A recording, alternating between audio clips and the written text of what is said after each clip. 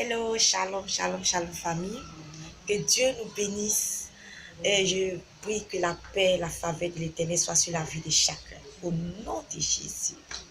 Ce matin, ma causerie concerne les célibataires. Entre nous célibataires, nous allons causer aujourd'hui. Et la question que j'aimerais poser à quelqu'un qui est célibataire ce matin, c'est de savoir, es-tu un célibatant, une célibatante, ou es-tu un célibataire, une célibataire?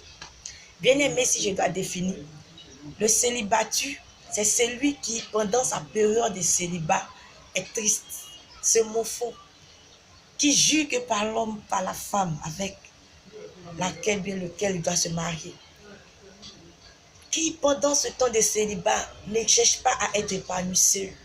Pendant ce temps de célibat, ne cherche pas son identité réelle. Pendant ce temps de célibat, ne cherche pas le rôle qu'il doit jouer dans la vie de cette personne, dans son foyer. Mais qui est toujours en train de se morfondre, qui se dit, à quand ma victoire? Si je ne suis pas marié, je ne suis pas heureux. Ça, c'est un célibataire qui croit que sa vie ne tourne qu'autour du mariage. Bien-aimé, je veux t'exhorter ce matin, pour toi qui es encore célibataire, à être un célibatant, à être une célibatante. Car un célibatant, c'est quelqu'un dans sa période de célibat qui cherche réellement à savoir qui il est, qui elle est, qui cherche à découvrir son identité réelle, qui cherche à savoir quel est le rôle qu'il doit jouer dans son foyer, auprès de son homme, auprès de sa femme. Bien-aimé, le foyer n'est pas une fin en soi. Quand nous rentrons dans un foyer, je ne vous apprends rien, absolument rien. Mais on a tendance à entendre, on entend toujours par la prédication de nos pères dans la foi, que quand tu rentres dans un foyer, tu ne vas pas pour prendre, tu vas pour donner. Mais si pendant ton temps de célibataire, tu n'apprends pas à savoir ce que tu dois donner à l'autre, tu n'apprends pas à savoir quel est ton rôle que tu dois jouer dans ce foyer auprès de l'autre, dans la vie de l'autre, bien aimé, tu ne seras pas une bénédiction pour cette personne. Donc pour toi qui es célibataire, je t'invite à être un célibatant. Pendant ton temps de célibat, sois épanoui, sois heureux. Parce que la Bible dit que Jésus est notre époux. Si il est ton époux, pourquoi te morfonds-tu? Pourquoi t'attristes-tu? Il prend soin de toi. Demande-lui, pendant que je rentre dans mon lien de mariage, pendant que je rentre dans mon foyer, qu'est-ce que je dois faire auprès de cet homme? Qu'est-ce que je dois faire auprès de cette femme? C'est de ça qu'il s'agit.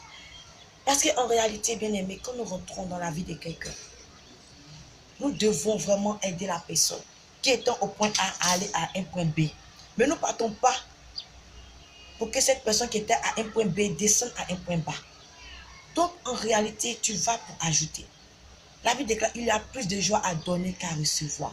Nous devons être heureux, apprendre à plus nous emmagasiner des bonnes choses, à plus transformer notre caractère, à apprendre à transformer notre manière de vivre. Nous devons être épanouis, apprendre à méditer seul, apprendre à être dans la présence de Dieu seul, à apprendre à avoir un lieu de joie seul, afin que lorsque nous serons dans ce foyer, nous puissions contaminer l'autre. Lorsque cette personne sera dans un moment d'abattement, lorsque cette personne sera vraiment désemparée, parce que nous avons appris ce dans notre moment de célibat, nous pourrons être une bénédiction pour cette personne. Donc, bien-aimé, toi qui n'es pas encore entré dans les liens de mariage, ne sois pas un célibataire, sois un célibataire. Parce que là, tu es dans ton temps de préparation. Pendant que tu te prépares, l'homme de ta vie, la femme de ta vie aussi est en moment de préparation. Lorsque Adam était dans le jardin d'Éden, Adam était épanoui avant que Ève n'arrive. Il ne s'est pas plaint à Dieu. Pourquoi je ne suis pas encore marié? Mais il était épanoui. Il a fait preuve de maturité. C'est la raison pour laquelle Dieu, je crois, lui a donné ce mariage. C'est Dieu qui a décidé qu'il était temps qu'Adam se marie. Toi aussi, fais preuve de maturité. Apprends à être seul, à être heureux. Apprends à être heureux avec ton Dieu. Apprends à être heureux avant ton mariage. Afin que Dieu sache que ta joie ne dépend pas d'un homme, ta joie ne dépend pas d'une femme, ta joie ne dépend pas d'un foyer, mais ta joie vient de lui, afin que Dieu sache qu'il est celui qui pourvoit à tes besoins.